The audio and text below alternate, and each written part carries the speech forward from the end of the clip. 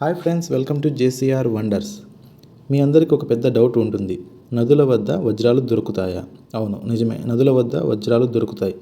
అది ఎలాగంటే, కింబర్లైట్ ప్రాంతాల నుంచి వజ్రాలు భూగర్భంలో నుండి పైకి వచ్చినప్పుడు అవి నదుల ద్వారా, వర్షాల ద్వారా, గాలికి, నీటికి, ప్రవాహానికి కొట్టుకు వచ్చి నదుల వద్ద వజ్రాలు దొరుకుతాయి. కానీ ముడి వజ్రం అనేది కింబర్లైట్ ప్రాంతాల్లో మాత్రమే ఏర్పడి పైకి ఉద్భవిస్తుంది. Thank you so much. Please like.